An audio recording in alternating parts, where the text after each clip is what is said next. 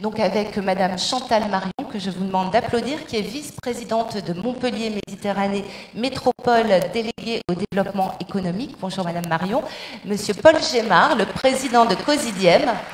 Olivier Jodon, directeur de la clinique Beau Soleil, et Monsieur Jacques Rubio, directeur général de Kaufmann & Broad, Grand Sud-Ouest. Et donc, pour animer cette conférence, nous accueillons donc Monsieur Jérôme Béglé, directeur adjoint de la rédaction du Point. Jérôme, je pense que le plus simple est peut-être que vous vous mettiez tous autour de la table ronde, si vous le voulez bien. Bonjour à tous. On va se mettre là.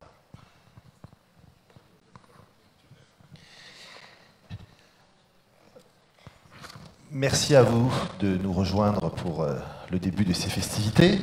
Alors, le débat a été très bien introduit, mais je vais vous en dire encore quelques petits mots. Nous sommes dans une époque où la médecine et la chirurgie ambulatoire prennent une place croissante et où, c'est un secret pour personne, la population vieillit. Et il y a une question qui se pose avec beaucoup d'acuité en ce moment. Est-ce que le patient est bien au centre de l'organisation des soins ? Se faire opérer ou être soigné dans la journée et pouvoir rentrer chez soi le soir, c'est évidemment un progrès. Et c'est une chance pour ceux qui bénéficient d'un entourage et de conditions de vie satisfaisantes. Mais pour les autres, notamment pour nos aînés, il faut prévoir un accompagnement adapté. Est-ce que les nouvelles structures de soins existent? Est-ce qu'elles se penchent activement sur ce sujet? Voilà une partie des questions qu'on se posera. Je rappelle que Emmanuel Macron a fait de ces sujets une de ses priorités. Il a lancé un plan qu'il appelle Ma Santé 2022 et où ces problématiques sont au cœur des réflexions. Alors Chantal Marion, bonjour. Je suis ravi de vous accueillir. Je rappelle que vous êtes d'abord pharmacienne de formation et que vous êtes vice-présidente de Montpellier Méditerranée Métropole et vous vous occupez particulièrement du développement économique, à l'attractivité, à la planification, à l'urbanisme opérationnel, n'est-ce pas? Alors, j'ai une première question qui va un peu de soi. Montpellier a obtenu en 2016, à la fin de l'année 2016, je crois, le label Capital Santé. Globalement, qu'est-ce que ça veut dire et quels sont les engagements et quels sont les droits et devoirs que cela vous donne envers évidemment les habitants, mais aussi un certain nombre de structures et d'entreprises? Merci beaucoup, bonsoir à tous. Alors effectivement, comme l'a dit Philippe Sorel, maire de Montpellier et président de Montpellier Méditerranée Métropole, la santé, c'est capital à Montpellier. C'est, je dirais, historiquement ancré dans le cœur des Montpelliérains et de la métropole de Montpellier. Le projet, tout d'abord, créer la métropole, c'était un des axes prioritaires de Philippe Sorel. Et grâce à la métropole, nous avons eu non seulement la labellisation French Tech, ce qui était très important pour le dynamisme justement du développement économique, mais également le projet Montpellier Capital Santé, qui est un projet de développement économique. Le but, c'était de mettre autour de la table toutes les personnes qui gravitent dans le monde de la santé. Ça représente économiquement 50 000 emplois. C'est évidemment le CHU, c'est les cliniques privées, les cliniques mutualistes, c'est l'université, c'est les étudiants. Vous savez, Montpellier est la ville la plus cosmopolite de France grâce aux étudiants. Et ça, c'est important. Donc la santé, c'est la santé de tous les jours. Et le citoyen, vous êtes un citoyen, je suis un citoyen, et on est des patients tous présents. Donc, nous avons fait de Montpellier Capital Santé, et avec un pacte métropolitain-État, avec monsieur le préfet ici présent, ce pacte État métropolitain nous a permis effectivement d'avoir bien 12 millions d'euros que nous avons répartis dans des équipes de recherche très importantes qui sont au sein, évidemment, soit du CHU, soit dans les équipes de recherche universitaires, mais également une partie dans l'accompagnement des entreprises. Nous avons accompagné l'année dernière des entreprises, dont des start-up qui travaillent dans le domaine de la santé, au plus grand congrès de bio qui se trouve aux États-Unis, qui était à Sao Paulo, et cette année, on les a amenés à Boston. Donc c'est un accompagnement permanent. Non seulement nous allons chercher les pépites qui sont au sein de nos universités, au sein de nos équipes de recherche. Nous les, si vous voulez, on les fait maturer, un accompagnement avec la SATT, un accompagnement avec les CPER, depuis que la métropole a eu justement la compétence au niveau de l'enseignement supérieur, mais également un accompagnement, vous le savez, avec l'incubateur, comme le disait Philippe Sorel, qui est le seul incubateur français classé mondialement et qui est le 2e. Et ensuite, eh bien, effectivement, après, nous les amenons à l'international, on les fait accélérer et on les amène à l'international. Donc, la santé, c'est important. Et au BIC, il y a 12% de start-up incubées qui sont issus du domaine de la santé. Merci, mesdames. Alors, je me tourne vers vous, monsieur Rubio. Vous êtes donc directeur général de Kaufmann & Broad sur, appelons ça, le Grand Sud-Ouest. Alors, une chose est certaine, on reste de moins en moins longtemps à l'hôpital et on revient de plus en plus vite chez soi. Est-ce que ça vous incite, ça vous oblige à construire des logements, des appartements, des résidences différentes, avec des facultés, avec des services que vous ne proposiez pas il y a, par exemple, 10 ou 20 ans? Bonjour à tout le monde. Oui, bien sûr. Et au sein de Kaufmann, nous avons une direction sur la recherche et l'innovation et le développement. Car au niveau d'un quartier, d'une ville, pour faire la ville de demain, on ne peut plus faire des quartiers comme c'était dans un temps, des quartiers de bureaux, des quartiers de logements sociaux, des quartiers de logements libres. Il faut des diversités.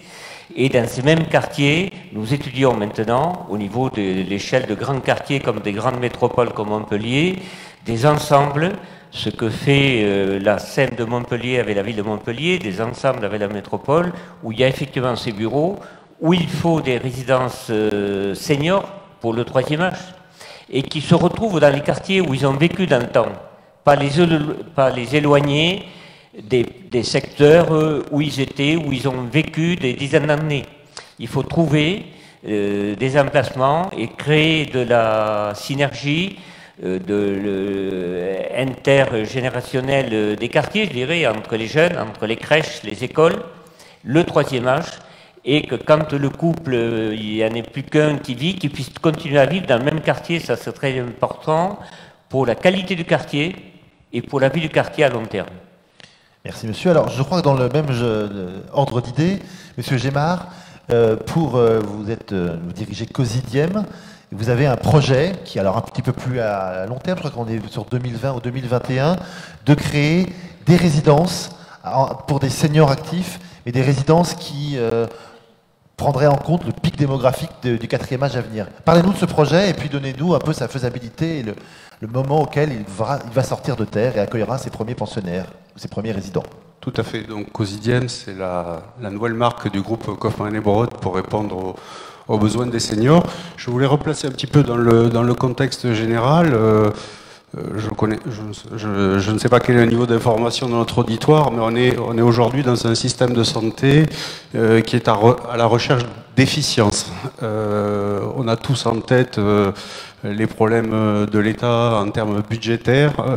La France s'est engagée dans une réduction de la progression de ses dépenses de santé. Et ça, comment ça se traduit très concrètement? Ça se traduit par un retour à domicile de la plupart des patients, plus précoce, et avec la plupart du temps des soins à poursuivre. Ce contexte général, il touche plus particulièrement les populations les plus vulnérables, notamment les personnes âgées, alors même qu'on est dans un contexte de croissance de la population et de vieillissement de la population. Donc aujourd'hui, il existe ce qu'on appelle tous les maisons de retraite, mais aujourd'hui, la maison de retraite, le véritable terme administratif, c'est l'EHPAD, l'établissement pour personnes âgées dépendantes, correspond à la prise en charge de la grande dépendance de la toute fin de vie. Un chiffre pour illustrer mon propos, la durée de vie médiane en EHPAD aujourd'hui est de 18 mois. On vient, c'est un constat, essentiellement mourir en EHPAD. Donc l'EHPAD n'est plus aujourd'hui une solution pour les seniors, en tout cas pour la catégorie intermédiaire de seniors aux alentours de la tranche 75-85 ans. Et donc, c'est là qu'on en arrive aux résidences services seniors. Il y a une nécessité quelque part de combler un vide entre la vie à domicile, le maintien à domicile qui est au début de la trajectoire de vieillissement. En fait, entre le senior autonome et les 80-85 ans. Il y a 15 ans qui sont mal exploités jusqu'ici. Exactement. Exactement. Aujourd'hui, alors il y a un cadre réglementaire qui est venu donner, c'est la fameuse loi d'adaptation au vieillissement de décembre 2015 qui est venu donner un cadre réglementaire à ce qu'est à proprement parler une résidence service senior de nouvelle génération. Et Et donc le projet de Cosidiem et d'un certain nombre d'ailleurs d'acteurs de ce marché naissant, c'est de répondre à la problématique de cette population. On parle de personnes âgées fragiles ou préfragiles, c'est-à-dire cet état de la vie où on commence à être en situation d'isolement social, où il peut y avoir du veuvage, un sentiment d'insécurité également. Et ce type d'établissements sont une réponse à ces populations. Nous, chez Cosidiem, ce qui rejoint le thème de cette table ronde, on est convaincu, comme l'a évoqué M. Rubio, que la bonne réponse pour ces populations, elle est probablement dans les villes, au cœur des quartiers, à proximité de la vie culturelle, sociale et commerciale. Quelques éléments importants, je pense que c'est de l'habitat collectif. Pourquoi? Parce que ça permet de créer du lien social, et c'est plus facile d'organiser des services dans de l'habitat collectif que dans de l'habitat dispersé. C'est également des logements adaptés, parce que la trajectoire de vieillissement, on rentre souvent dans une résidence-service senior avec un état d'autonomie physique impeccable, mais la résidence doit pouvoir être adaptée à la stratégie de vieillissement de la personne, et notamment s'il y a l'apparition d'une dépendance physique, il faut que les logements soient adaptés, notamment la salle de bain avec une accessibilité PMR. Et dernier point, dans les éléments importants, il faut que ces établissements soient à proximité de ce qu'on appelle des acteurs du premier recours, c'est-à-dire de la médecine ambulatoire, que ce soit les médecins traitants, les pharmaciens, les infirmiers, les kinésithérapeutes, ainsi de suite, puisque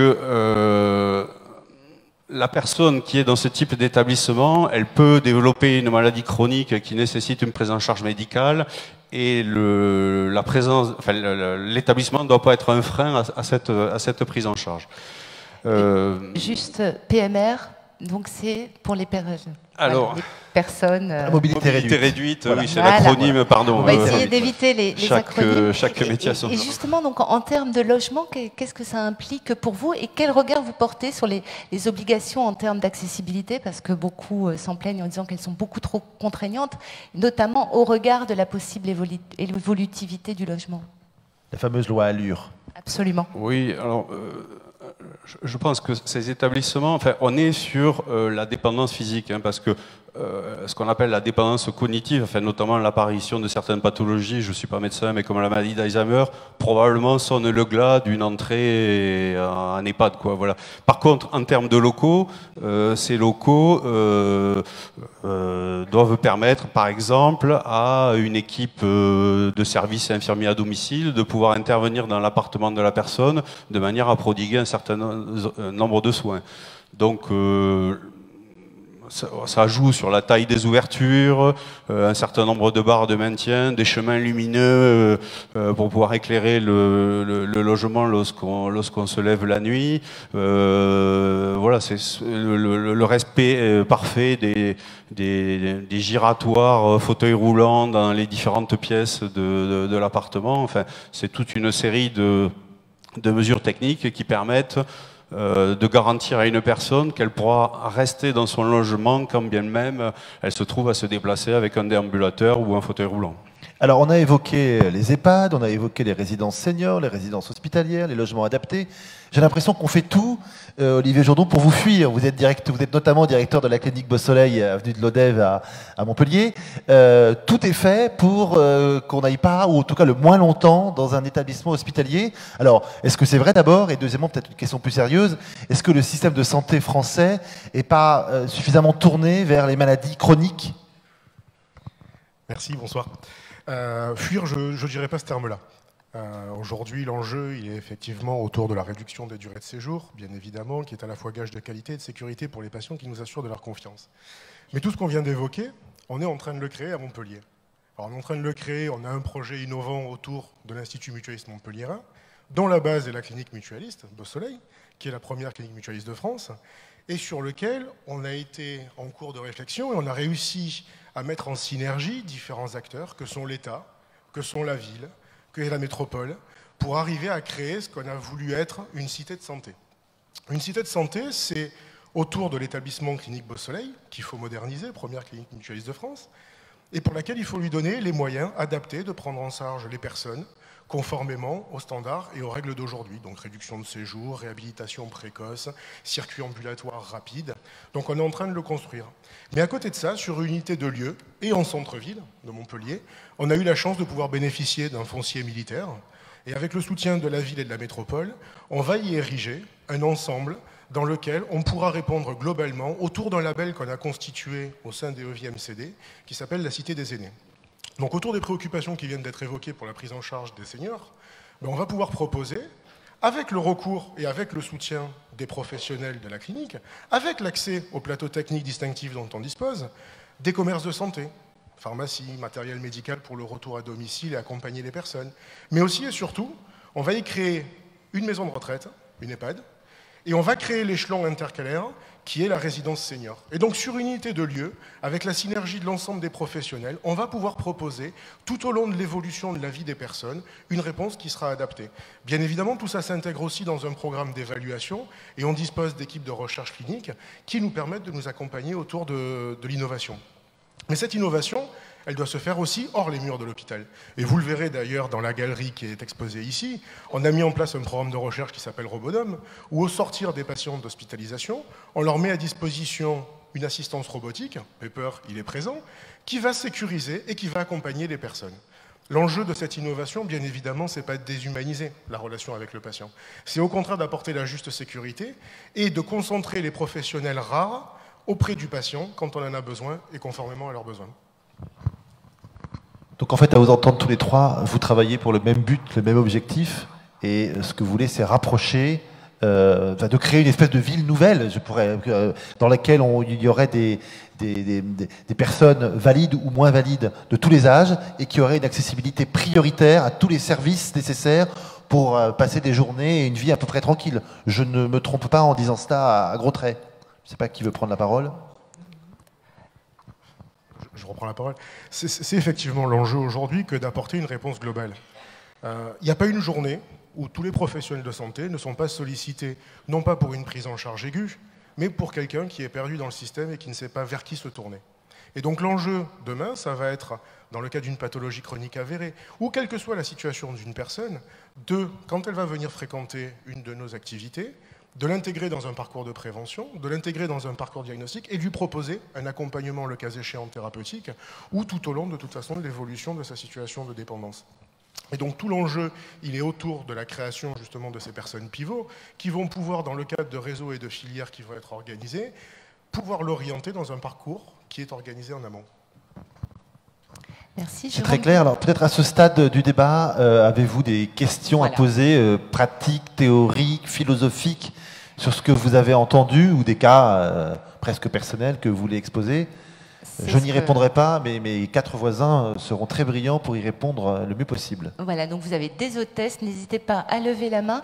J'en profite, Monsieur Jodon, vous avez parlé de Pepper, donc pour vous indiquer qu'il y a aussi la galerie de la découverte, où vous pourrez notamment découvrir Pepper, mais pas uniquement. Voilà, là aussi, une très belle exposition, on peut dire, d'innovation pour la santé du futur. Alors, qui pose la première question ? Alors, si on peut éclairer un peu la salle aussi. Voilà, merci. Oui, bonjour. Pour ces résidences seniors-là, est-ce qu'elles pourront être accessibles à des gens qui ont des petits revenus? Ah, ça c'est la grande question. C'est le sujet récurrent. C'est la grande question. Alors, messieurs, je pense que c'est à vous de vous dévouer pour répondre à cette question. Concernant l'offre quotidienne, on essaie de la caler sur les éléments en termes de revenus médians des populations. Nationalement, on est aux alentours de 1500, 1550 euros, c'est le revenu médian. Lorsqu'on est au revenu médian, on peut avoir accès à une résidence service senior du secteur commercial. Par contre, bien évidemment, je dirais les catégories les plus précaires ou à plus bas revenus de la population auront des difficultés à accéder à ce type de résidence. Il y a quand même une solution qui est organisée par la puissance publique, puisqu'on a en France un parc de foyers logements qui est d'une part en train de se rénover et qui change de statut sous l'appellation résidence autonomie. Donc un certain nombre de conseils départementaux lancent actuellement des appels à projets pour des résidences autonomie qui peu ou prou sont des résidences services seniors à caractère un peu plus social. Donc chez Cosidiem, pour illustrer mon propos, on pourra accéder à une résidence Cosidiem sur un budget logement plus service aux alentours de 1100 €. Mais j'ai bien conscience que ce n'est pas un budget qui est forcément accessible aux personnes, par exemple, qui relèvent du minimum vieillesse. Monsieur Jodon, je crois que vous vouliez rajouter quelque chose. Oui, merci. Pour répondre à la question, nous, en fait, l'approche qui est la nôtre, c'est de dire qu'en tant que gestionnaire de structure, il faut que globalement, ce que la personne va devoir débourser, que ce soit pour le logement ou que ce soit pour les services qui y sont associés, quelque part, ça correspond à un loyer du marché. Qu'on ne soit pas en dehors de ce marché. Alors, bien évidemment, en fonction des localisations, l'accès notamment au foncier n'est pas le même. Et le coût qu'il peut représenter n'est pas le même. On a la chance, sur le projet qu'on fait autour de l'Institut mutualiste montpelliérain, d'avoir pu bénéficier d'une considération particulière de l'État, soutenue par la ville et par la métropole, de façon à ce que, justement, l'accès à ce foncier soit un accès qui soit minoré, et que nous, on va retranscrire derrière dans les loyers qu'on va proposer, de façon à ce que les services qui sont annexes ne viennent pas peser sur une contribution supplémentaire. Avant de prendre une seconde question, Madame Marion, je crois que vous vouliez dire quelque chose sur les logiques de prévention, les efforts que la ville et que vous faites à la métropole, sur la prévention, autour de la prévention. Non, effectivement, le projet Montpellier Capitale Santé suit la directive de l'OMS, c'est-à-dire vraiment la santé au quotidien. Donc la prévention joue un rôle très important et je pense qu'on n'en parle pas assez. Pourtant la ville de Montpellier est très investie là-dessus. Philippe Sorel le premier, avec évidemment l'adjointe Caroline Navarre qui est chargée de la santé. Et vous le voyez, aujourd'hui c'est Octobre Rose. Vous voyez tous ces parapluies roses suspendus rue de la Loge. Il y a eu également le massage cardiaque au Pérou. 500 personnes sont venues suivre le massage cardiaque. Je crois que la prévention joue un rôle très important. Et puis deuxièmement, en écoutant ces messieurs, je voulais vous dire que la ville de Montpellier, la métropole de Montpellier, il y a 40% des personnes qui ont moins de 30 ans. C'est une ville jeune. Alors, les personnes âgées, je les respecte, je suis moi-même âgée. Mais il faut penser que ces jeunes personnes de 30 ans vont faire des enfants, et donc il faut s'occuper également de la jeunesse et des enfants. Voilà pourquoi dans le projet Montpellier Territoire, Philippe Sorel, avec l'Institut Saint-Pierre de Palavas, nous avons travaillé, l'Institut Saint-Pierre qui fêtait ses 100 ans, c'est pas rien, c'est un institut qui a une histoire et un historique énorme. Nous avons travaillé avec eux et c'est important, nous avons fêté ces 100 ans parce que l'Institut Saint-Pierre, pour les enfants, il y a un accompagnement extraordinaire. Donc je pense également qu'au niveau de la prévention, je pense par exemple, pourquoi pas la prévention dentaire chez les enfants. Pourquoi nos enfants, dans leur trousse, ils n'ont pas une brosse à dents et un dentifrice ? Pourquoi, entre midi et deux, ils ne se lavent pas les dents? Donc la prévention à tous les niveaux, je crois que c'est quelque chose de très important que Montpellier vit au quotidien. Merci Madame. Une autre question dans la salle peut-être? Oui. Madame, au 4e rang à gauche. Si vous pouvez vous présenter et vous lever éventuellement, juste pour la captation vidéo. Ah bon, merci. Oui, mais alors moi, la télé, c'est pas très mon truc. Bonjour, donc moi, je viens d'Auvergne. Voilà, ça fait 20 ans que je suis à Montpellier. J'ai du mal à comprendre une maison pour les seniors, parce qu'à l'heure actuelle, j'ai ma maman qui est restée jusqu'à 92 ans chez elle à Clermont-Ferrand, avec un accompagnement de qualité, avec le CCAS de Clermont-Ferrand, l'auxiliaire de vie qui l'emmenait promener l'après-midi, l'infirmier qui passait 2 fois par jour chez elle, et la téléassistance, parce que maman tombait, et hélas, les voisins étaient réveillés à 4 h du matin pour donner la clé. Voilà. Donc, jusqu'à 92 ans, cette personne était bien chez elle. Donc, moi qui suis aussi dans un âge, puisque ça nous renvoie notre propre image à nous quand on s'occupe de nos anciens, je me dis quel est l'intérêt si on est bien chez soi, parce que les seniors en général ont envie de rester chez eux le plus longtemps possible et d'être entourés. par du monde, par du lien social. Donc je trouve un petit peu dommage. Bon, qui est le choix pour tout le monde? Très bien, pourquoi pas? Si les gens, on est d'accord, on peut laisser le choix. Par contre, là où je vois qu'il y a un grave problème et qu'il y a des besoins très urgents, c'est quand ma mère est passée de 92 ans, et ça fait 1 an et demi qu'elle est à l'EHPAD Les Sources à Clermont-Ferrand. Et à ce moment-là, donc l'EHPAD, c'est établissement d'hébergement pour personnes âgées dépendantes. Hein, et on dit un EHPAD, hein, je pense. Voilà, donc elle est dans cette EHPAD Les Sources depuis bientôt 2 ans. Et ça s'est dégradé à une rapidité vraiment très vite, puisque j'ai été obligée, avant de partir, de signer un avenant comme quoi qu'elle était en sous contention.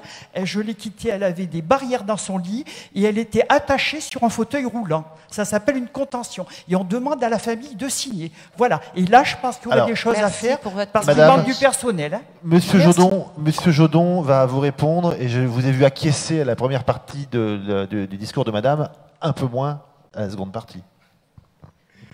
Alors madame, vous avez tout à fait raison. L'enjeu, c'est effectivement de garder les personnes au domicile le plus longtemps possible. On sait tout le déracinement et tout le traumatisme que ça peut être de rentrer en institution. Et on a aujourd'hui la chance d'avoir des moyens technologiques qui permettent de l'accompagner.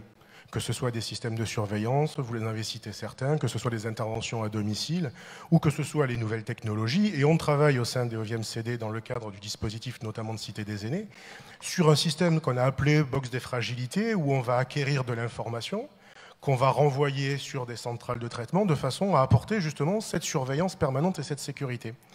Mais l'enjeu autour de la proposition qu'on va faire de ces résidences-services, c'est justement de pouvoir accompagner dans un dispositif encadré les personnes qui le nécessitent. Ceux qui peuvent rester à domicile, il faut qu'ils y restent, au contraire. Par contre, à un moment donné, il y a malheureusement un dispositif de fragilité qui va se mettre en place et qui va nécessiter un encadrement et une surveillance. Nous, l'enjeu, c'est de proposer, quelle que soit la situation de la personne, une réponse qui soit adaptée, ça c'est le premier point, mais surtout de l'accompagner globalement dans sa situation et surtout dans son évolution. Donc ce qui veut dire que quelqu'un qui peut rentrer chez nous, alors certes en EHPAD c'est un peu tard, mais à qui on va pouvoir proposer une surveillance à domicile, qui la dégradation de l'état de santé général va faire qu'il va nécessiter une surveillance, on va peut-être lui proposer une place dans une résidence-service, mais toujours pareil avec cette notion de sécurité et de surveillance permanente, et qui malheureusement, quand l'état va se dégrader, pourra être transféré ensuite dans un EHPAD. L'enjeu, et je reprends l'exemple que vous citez, c'est qu'effectivement, quelqu'un qui va rentrer en EHPAD, ça se fait malheureusement trop souvent en situation de traumatisme et c'est absolument pas préparé. Si on le fait, et dans le cadre du projet d'Institut Mutualiste Montpellierin, l'EHPAD, la résidence-service, la clinique partagent la même implantation. Les professionnels sont les mêmes. Donc les personnes qui pourront évoluer dans ce cadre-là connaîtront leurs interlocuteurs et leur prise en charge, ce que vous évoquez vraisemblablement est totalement difficile à vivre. Et l'enjeu, c'est que les professionnels, justement, puissent connaître l'état de la personne. Monsieur Gémard, vous vouliez dire un petit mot, et après, on devra laisser notre place au suivant, à la marche, en l'occurrence. Oui, pardon. Je voulais compléter, bien évidemment, il ne s'agit pas d'opposer maintien à domicile et entrée en institution, notamment résidence service senior, mais le maintien à domicile suppose un certain nombre de prérequis. D'une part, d'avoir un logement adapté, et c'est vrai qu'un certain nombre d'études, il y a une étude de l'ANA qui montre que la plupart des logements sont peu adaptés au vieillissement. Deuxièmement, c'est un avis très personnel, je pense qu'il faut quand même un entourage familial qui s'implique pour arriver à mettre un peu de l'ordre dans la coordination de tous ces soins ambulatoires. Et ensuite, il y a un troisième facteur qui a fait les gros titres de la presse nationale, c'est la notion des déserts médicaux. Je ne connais pas la situation de Clermont-Ferrand, mais malheureusement, un certain nombre de territoires de la République française connaissent aujourd'hui un phénomène de désertification médicale. J'ai lu notamment que la Creuse est particulièrement touchée, certains quartiers urbains de l'Île-de-France. Et donc, ce maintien à domicile, si on a la malchance d'être dans un territoire où malheureusement l'offre de soins de proximité est complètement inexistante et désorganisée, elle devient très difficile. Merci. Il va être temps de nous lever et de marcher et de laisser la place à Jean-Louis Etienne et Cynthia Fleury qui vont vous révéler et nous révéler les bienfaits de la marche. Merci à tous et bon après-midi. Merci madame, merci messieurs.